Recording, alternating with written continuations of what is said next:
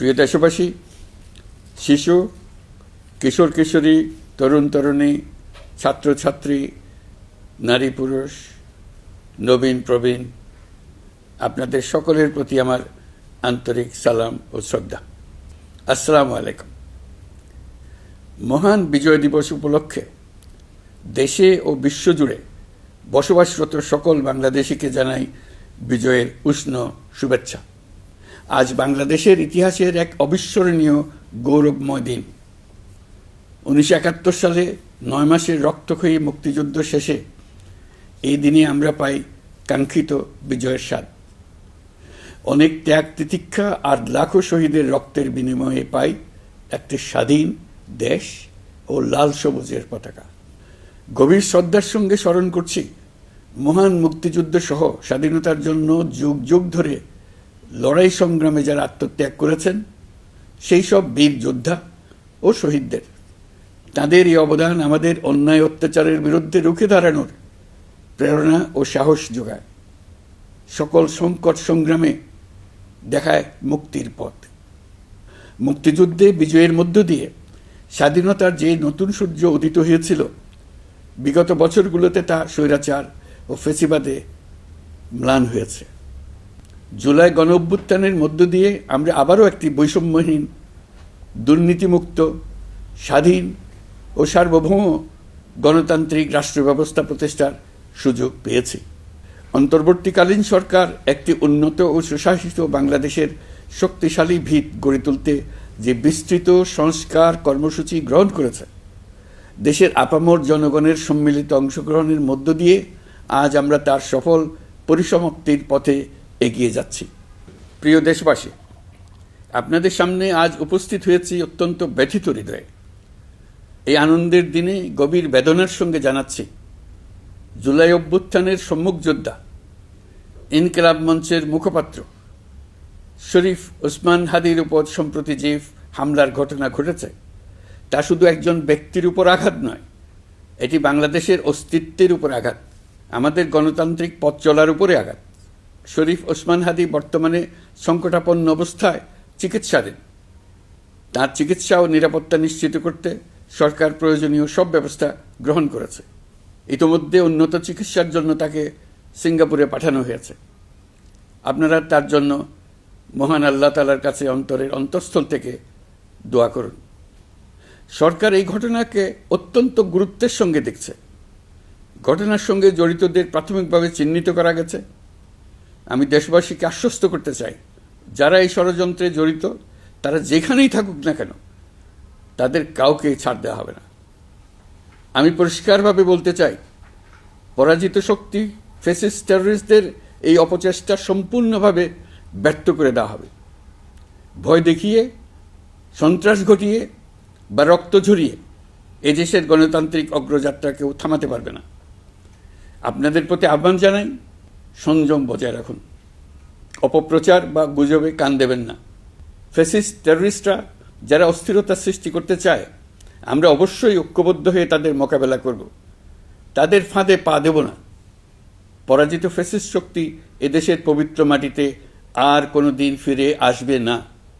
প্রিয় দেশবাসী, আমাদের তরুণদের রক্ষা করুন, তাহলেই আমরা সবাই এবং আমাদের প্রিয় মাতৃভূমি রক্ষা পাবে। যারা দেশ ছেড়ে পালিয়ে গেছে তারা বুঝে গেছে তরুণ যোদ্ধারা তাদের পুনরুত্থানের পক্ষে ভীষণ রকম বাধা। এই অস্ত্রহীন, ভীতিহীন, ব্যক্তিগত স্বার্থ সম্বন্ধে সম্পূর্ণ উদাসীন দৈনন্দিন এই চেহারার ছেলে মেয়েদের নিয়ে তাদের সাংঘাতিক ভীতি।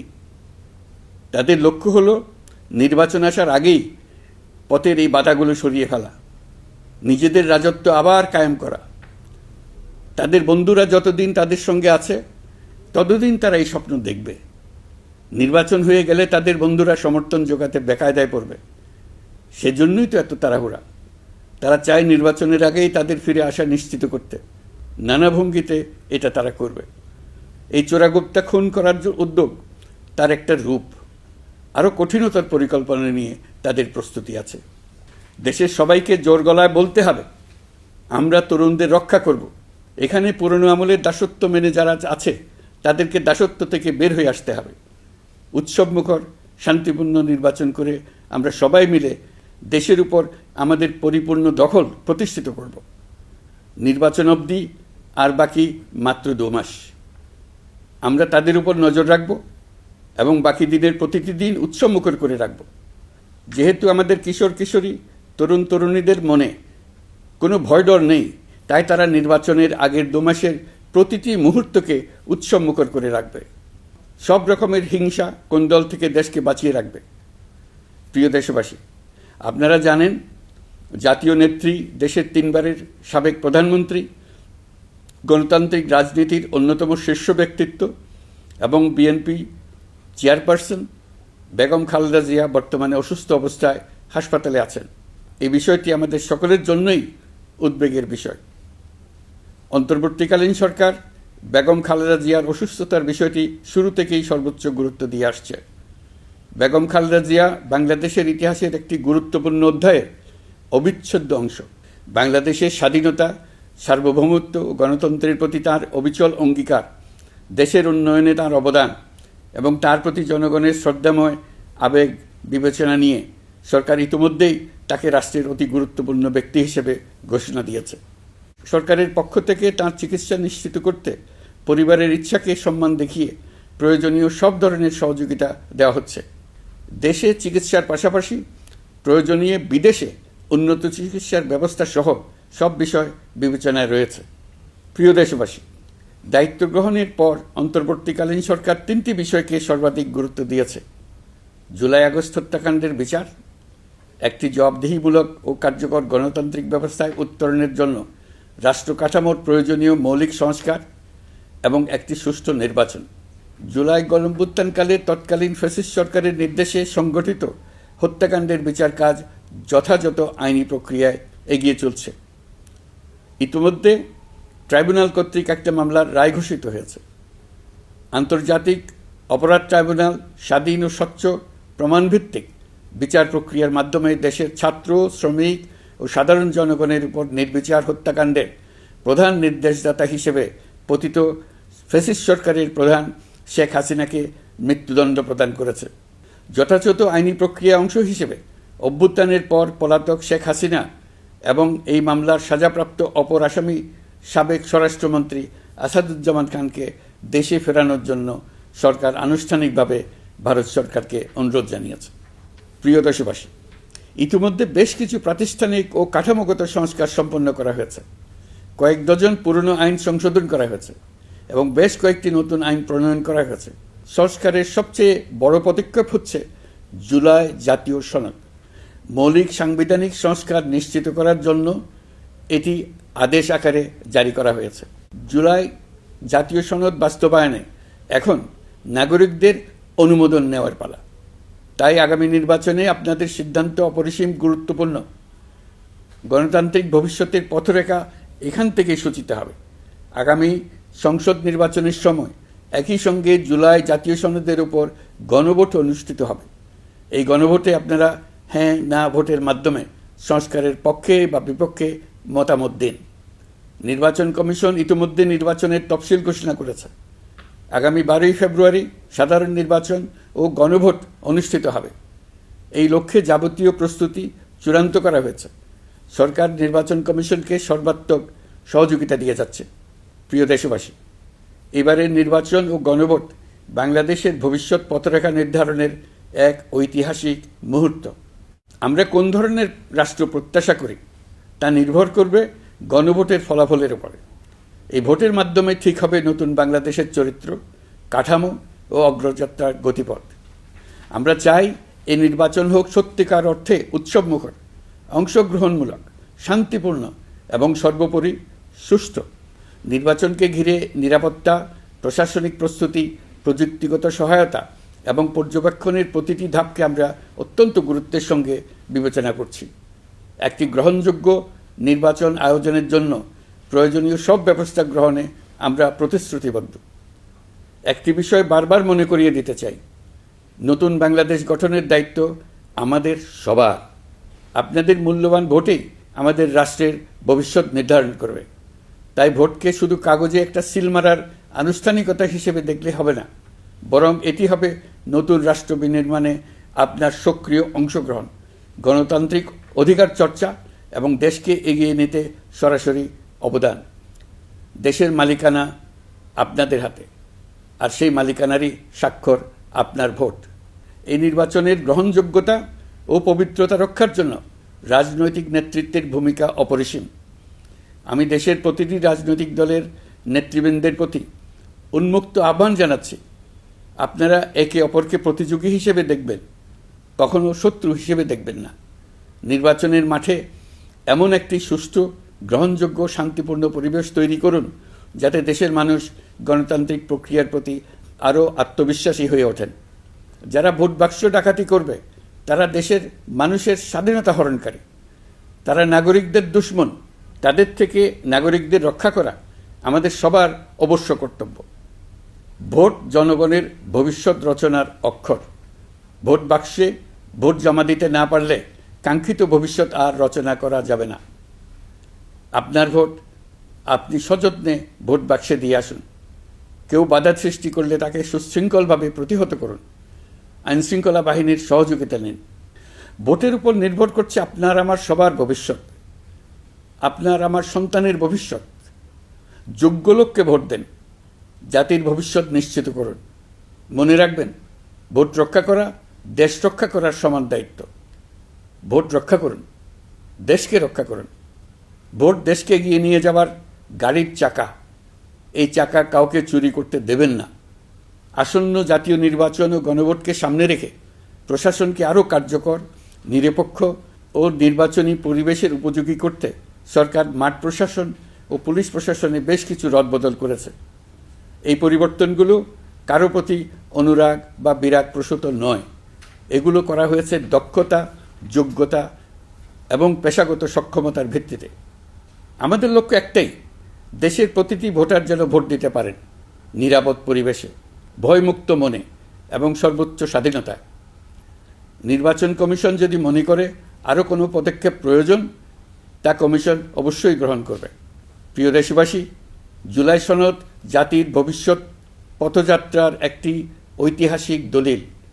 এই সনদে আমরা যে সংস্কারমালা প্রস্তাব করেছি, রাজনৈতিক স্থিতিশীলতা, বিশ্বাসযোগ্য নির্বাচন, প্রশাসনিক জবাবদিহিতা, দুর্নীতি হ্রাস, অর্থনৈতিক পুনর্গঠন এবং সমাজে সম অধিকার প্রতিষ্ঠা, এসব বাস্তবায়নের জন্য প্রয়োজন জনগণের সুস্পষ্ট মতামত। কারণ একটি জাতীয় রূপান্তর কখনই একক নেতৃত্ব বা একটি প্রশাসনের মাধ্যমে টেকসই হয় না। জনগণকেই চূড়ান্ত সম্মতি দিতে হয়। এই কারণেই আমরা গণভোটের আয়োজন করেছি, যাতে দেশের ভবিষ্যৎ সংস্কার দিশা নির্ধারণে জনগণ সরাসরি সিদ্ধান্ত দিতে পারেন। এই গণভোট হবে বাংলাদেশের ইতিহাসে নতুন মাইলফলক। এখানে আপনাদের প্রতিটি ভোট আগামী দিনের রাষ্ট্র ব্যবস্থার ভিত্তি স্থাপন করবে। এবারের নির্বাচনটি অনেক বেশি গুরুত্বপূর্ণ, কারণ একই দিনে এবার দুটি ভোট, একটি সংসদ সদস্য নির্বাচনের ভোট আর একটি গণভোট, যার প্রভাব হবে শতবর্ষব্যাপী। কাজেই অবশ্যই ভোট দেন, ভবিষ্যৎ নিশ্চিত করুন। এর মাধ্যমে আপনারা জানিয়ে দিন, আপনারা কি জুলাই সনদের সংস্কার কাঠামোকে এগিয়ে নিতে চান কি চান না। আপনাদের ভোটই নির্ধারণ করবে রাষ্ট্র কোন পথে অগ্রসর হবে, প্রশাসন কোন কাঠামোয় পুনর্গঠিত হবে এবং নতুন বাংলাদেশ কেমন রূপ পাবে। প্রিয় দেশবাসী, আপনারা জানেন জুলাই অভ্যুত্থানের সময় আমাদের প্রবাসী ভাই বোনেরা কী তৎপরতার সঙ্গে এগিয়ে এসেছিলেন। ফেসিবাদের মসনদ গুড়িয়ে দিতে তারা অভূতপূর্ব ভূমিকা রেখেছেন। প্রবাসীদের এই ভূমিকা শুধু জুলাইয়েই নয়, আমরা দেখেছি 1971 সালের মহান স্বাধীনতা সংগ্রামের সময়। কিন্তু পরিতাপের বিষয় হচ্ছে, আমাদের এই প্রবাসী ভাই বোনেরা কখনোই ভোটাধিকার পাননি। অন্তর্বর্তীকালীন সরকারের সক্রিয় উদ্যোগের ফলে প্রথমবারের মতো লাখো লাখো প্রবাসী এবার পোস্টাল ব্যালটের মাধ্যমে ভোট দিতে যাচ্ছেন। এর ফলে প্রবাসীরা অত্যন্ত আনন্দিত, আমরাও আনন্দিত। একই সঙ্গে অনেক প্রবাসী নানা জটিলতায় উদ্যোগে সামিল হতে না পেরে ব্যথিত। আপনাদের আবেগের প্রতি আমরা শ্রদ্ধা রেখে বলছি, এবারের যে ধারা শুরু হলো তা ভবিষ্যতে থামবে না। আগামীতে আপনারা সবাই এই প্রক্রিয়ায় সামিল হতে পারবেন। প্রিয় দেশবাসী, আজ আমি আপনাদের সামনে আমাদের রাষ্ট্রের ন্যায় বিচার, আইন শৃঙ্খলা ও মানবাধিকার পরিস্থিতির বিষয়ে কিছু গুরুত্বপূর্ণ অগ্রগতি তুলে ধরতে চাই। একটি আধুনিক ন্যায়ভিত্তিক ও জবাবদিহিমূলক রাষ্ট্র প্রতিষ্ঠার জন্য বিচার বিভাগকে স্বাধীন করা অত্যাবশ্যক। বহুদিন ধরে বিচার বিভাগ প্রশাসনের বিভিন্ন কাঠামোগত সীমাবদ্ধতার কারণে তার পূর্ণ সম্ভাবনা অনুযায়ী কাজ করতে পারেনি। এটি জনগণের ন্যায় বিচার পাওয়ার অধিকারের বাধা সৃষ্টি করেছে, আর রাষ্ট্রের উপর মানুষের আস্থাকেও দুর্বল করেছে। অন্তর্বর্তীকালীন সরকারের অন্যতম বড় পদক্ষেপ বিচার বিভাগের প্রশাসনিক স্বাধীনতা নিশ্চিত করা। আনন্দের সঙ্গে আপনাদের জানাতে চাই, ইতিমধ্যে বিচার বিভাগকে স্বতন্ত্র প্রশাসনিক কাঠামো দিয়ে পৃথক সচিবালয় গঠন করা হয়েছে। এই পদক্ষেপ বাংলাদেশের বিচার ব্যবস্থার সংস্কারের ইতিহাসে একটি যুগান্তকারী মাইলফলক। এখন থেকে আর রাজনৈতিক কোনো চাপ বা প্রভাবের মাধ্যমে বিচারিক স্বাধীনতা যাতে ব্যাহত না হয়, সে নিশ্চয়তা আরও জোরদার হবে। প্রিয় দেশবাসী, আমাদের দেশের পুলিশ প্রশাসন দীর্ঘদিন ধরে নানা সমস্যার মুখোমুখি। ফ্যাসিস্ট আমলের দুর্নীতি, ক্ষমতার অপব্যবহার ও স্বার্থান্বেষী নিয়োগের কারণে সাধারণ মানুষ পুলিশের প্রতি আস্থা হারিয়েছে। আমরা চাই এই আস্থা পুনঃপ্রতিষ্ঠিত হোক। সেই লক্ষ্যে গৃহীত হয়েছে পুলিশ কমিশন অধ্যাদেশ 2025। ফ্যাসিবাদী শাসনামলে আমাদের মানবাধিকারহীন এক ভয়াবহ রাষ্ট্রে বসবাস করতে বাধ্য করা হয়েছিল। অথচ সেই ফ্যাসিস্ট সরকারেও জাতীয় মানবাধিকার কমিশন নামে একটি সংস্থার অস্তিত্ব ছিল। মূলত আজ্ঞাবহ লোকদের দ্বারা এই ধরনের প্রতিষ্ঠানগুলো পরিচালিত হতো নিজেদের অপকর্মের বৈধতা নিশ্চিত করার স্বার্থে। এই অসাধু ব্যবস্থার পরিসমাপ্তি ঘটানোর উদ্দেশ্যে অন্তর্বর্তীকালীন সরকার জাতীয় মানবাধিকার কমিশন অধ্যাদেশ 2025 জারি করেছে। প্রিয় দেশবাসী, আমরা আজ এক নতুন ইতিহাসের দোরগোড়ায় দাঁড়িয়ে আছি। এই দেশ আমাদের, এই রাষ্ট্র আমাদের, এর ভবিষ্যৎও আমাদের হাতেই। এখন আমাদের ঐক্যবদ্ধ হয়ে সামনে এগিয়ে যাওয়ার পালা। আমরা এবারের বিজয় দিবসকে জাতীয় জীবনে নতুনভাবে ঐক্যবদ্ধ হওয়ার সুবর্ণ সুযোগ হিসেবে নিতে চাই। মহান মুক্তিযুদ্ধ ও জুলাই গণ অভ্যুত্থানের ঐতিহাসিক অনুপ্রেরণা ধারণ করে জনগণের ক্ষমতায়নের লক্ষ্যে এগিয়ে যাওয়া এবং গণতান্ত্রিক উত্তরণের পথে যেই নবযাত্রা সূচিত হয়েছে তা এগিয়ে নেওয়াই আমাদের সম্মিলিত দায়িত্ব। আসুন শতবর্ষের সংগ্রাম ও বহু কষ্টে অর্জিত স্বাধীনতাকে পূর্ণতা দিতে নতুন প্রজন্মের জন্য একটা নিরাপদ, সুখী ও সুন্দর বাংলাদেশ গড়ে তোলে। ধর্ম, বর্ণ, গোষ্ঠী এবং লিঙ্গ পরিচয় নির্বিশেষে সবাই ঐক্যবদ্ধভাবে হাতে হাত রেখে এগিয়ে যাই শান্তি, সমৃদ্ধি ও গণতন্ত্রের পথে। আসুন ন্যায় বিচার, গণতন্ত্র, মানবিকতা ও উন্নয়নের পথে একসঙ্গে এগিয়ে যাই। সবাইকে আবারও মহান বিজয় দিবসের আন্তরিক শুভেচ্ছা জানাচ্ছি। আল্লাহ হাফেজ।